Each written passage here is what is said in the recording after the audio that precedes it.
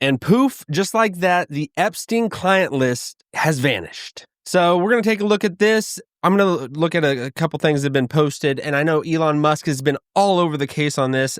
He posted a pretty funny meme the other day about, I'm going to just switch over there now so you can see it. It says, we will release the Epstein list, and it's a guy putting on some clown makeup, says we just need more time, a little bit more clown makeup. Then the Epstein list is on my desk. Was that Pam Bondi that said that? And then finally, there is no Epstein list, and it's a full clown makeup on this guy's face. It's a hilarious meme. I really appreciated that. I think I appreciate most things that Elon Musk does. But I honestly did not see this coming. I thought this administration would be all about transparency. Maybe because it's weird because the people that you think you could trust the most, like Dan Bongino, Kash Patel, like Pam Bondi, I've always been a little bit like iffy on her. I'm not 100% bought into her. But those other two guys, unless there is really no there, it is kind of weird that now it's just, there is no client list. Maybe it is they're thinking the long game, like it could do more harm than good by releasing this. I honestly don't think there is no, like, then why did Epstein even go to prison and kill himself, supposedly? And then that other Ghislaine Maxwell or whoever it is that is still in prison, it just doesn't make sense. It doesn't add up. It's just kind of really weird. So I thought I would get more from, because you've seen the video. If you've seen the videos of Dan Bongino, he was, before he got into the FBI, got called up, got appointed and all that. He was in podcasting for a long time, and he was really just raking on all this and just saying, do not let it go away. Do not let this kind of just fly under the radar. Do not let people stop talking about it.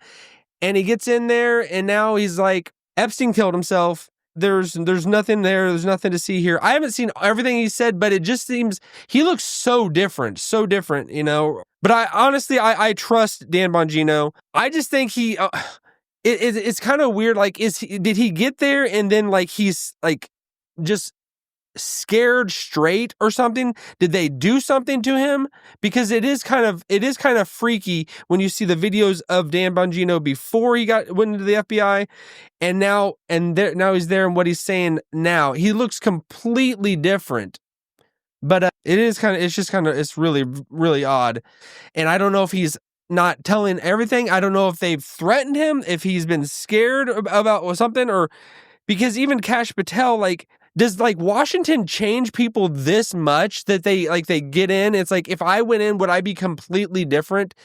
Would I, like, my eyes be open to things that, and like saying, if you don't really play ball, things might happen. It is kind of thought provoking. Like, when you think of, like, is the CIA, like, are they the supreme power up there that are the ones that, like, they're the ones doing things in the darkness, and that like they're keeping us safe, but like, how much power do they got? Do they got some even more strong power over the FBI, even over the president himself? Because you hear videos about President Nixon and like them talking to him, and the CIA director talking to him back in the 70s or whatever, and almost alluding to about the Kennedy assassination. And Nixon, he doesn't want to bring something up. He's like, he doesn't want to go down that rabbit hole because he knows there's something on the other side of the desk that has some power. Is this all conspiracy nut jobs theory, or is there something going on when you get there? Like, I mean, can they threaten you? Like, I mean, you can be threatened with your own life or whatever, but then are they threatening people like with their family or something? Like, are there people on this list that if it got out, our economy would tank, we would like go into World War III or World War IV, if we're already there yet? We're past World War III. That happened in that one day or whatever. It's just crazy that, like, I thought like Donald Trump's administration would be all about transparency and just letting everything, throw everything to the wind, caution to the wind. It doesn't matter. Just because, I mean, they are the ones that like released all about the Kennedy files and all that. And I don't know if we've really had a smoking gun, So is there really, it doesn't make sense to me about the Epstein thing. It does not make sense whatsoever that now there's nothing, we'll close this file, all done. Because I think some people have power. There are powerful people out there they're untouchables. There's untouchables out there in this world. It feels like. All right, but I want to skip over to a little bit lighter note, a little bit sweeter note. We're jumping over to coffee. And I wanted to actually, you might think, how do you get over to coffee about that? How do you switch from that to coffee? Is there ever a bad time for coffee? I saw a cool post from this guy. I'm going to butcher his name, but Ábris Babicz. I don't know. He says, and I think I've probably seen, I run across his feed a lot of times in my X. It's always so weird to not say Twitter. But he says, caffeine is the #1 metabolism booster. Used right, it melts fat and suppresses hunger within minutes. But 90% of people use it wrong, causing chronic stress and energy crashes. Here's how to use caffeine correctly. And you haven't just skipped into a commercial, ladies and gentlemen. I just love coffee, and I'm going to talk about it because I want to. And look at that picture on the screen. That's beautiful. That's beautiful.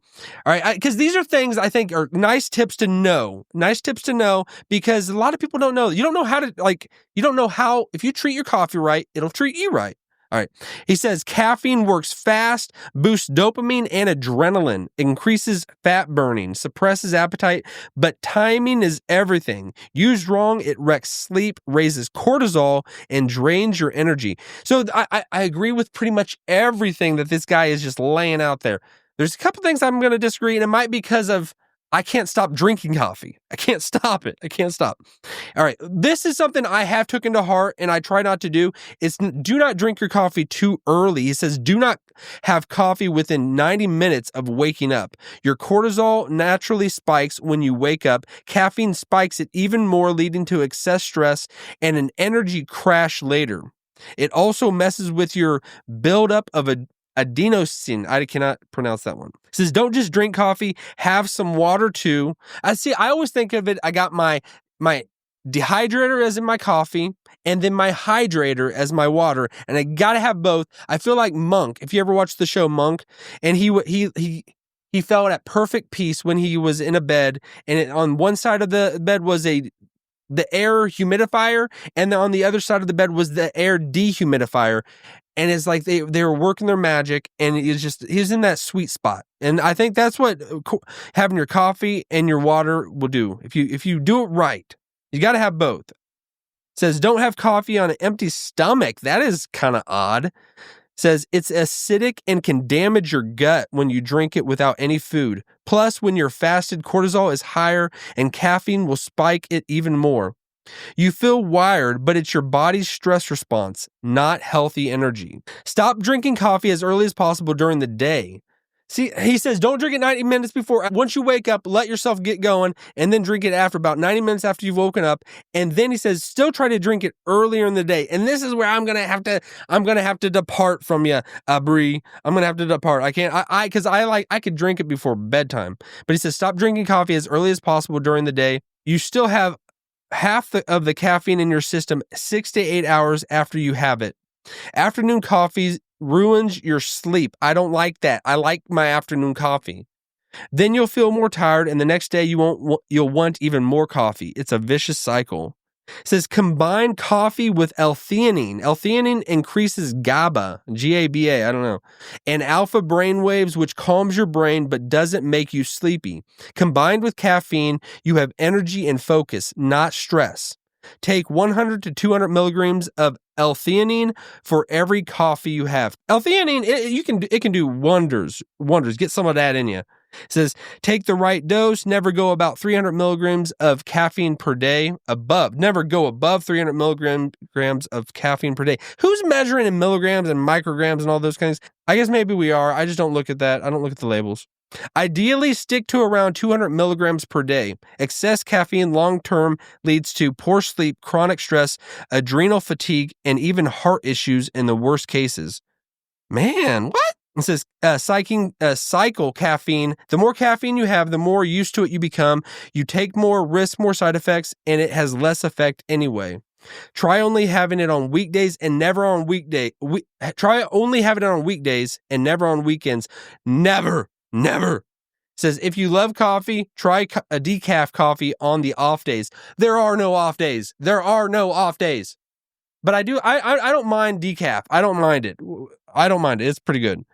It's good stuff as well. It says, bonus, coffee and caffeine aren't just for your metabolism and energy levels. One study found that drinking 3 cups of coffee or 200 to 300 milligrams of caffeine per day lowers your risk of developing stroke, diabetes, heart disease by up to 48%. It says the bottom line, caffeine is a miracle drug if you use it correctly. Cycle it, not on an empty stomach.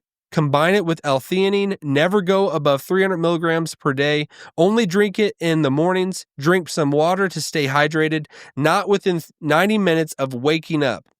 Man, that's some good stuff. I really appreciate it, Ábris. I really appreciate that. Anything about coffee, anything that can improve my knowledge base, and I hope that it was helpful for you. Drink coffee. You could say in moderation, wait 90 minutes after you wake up. And there's a lot of good stuff there. You can rewind this video and watch it over and over so you can get all those good stats and ideas that Ábris just gave us. So if you've enjoyed this video, I hope you have a wonderful day. And click into this other video, and I'll see you on the other side.